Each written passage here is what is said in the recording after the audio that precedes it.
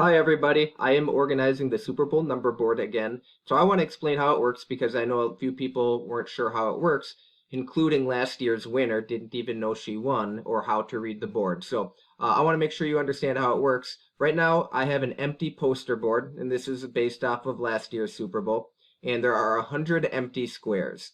If you pay $5 for each square, eventually I'll fill it up and have 100 names written in here.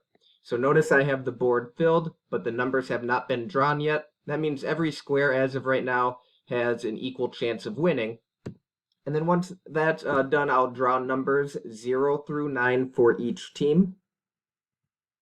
And as the game goes on, you can cheer what your team then would have to have as the score in order to win.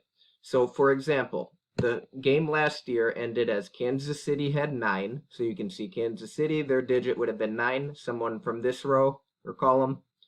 And then Tampa Bay, since their score is 31, you take the last digit in their number, their score, and it's a 1, so you go across, and it was Amy Warrion who won. So it gives you something to cheer about and hope for your square to get the score that it needs. So if you have questions, let me know. Makes it fun to watch.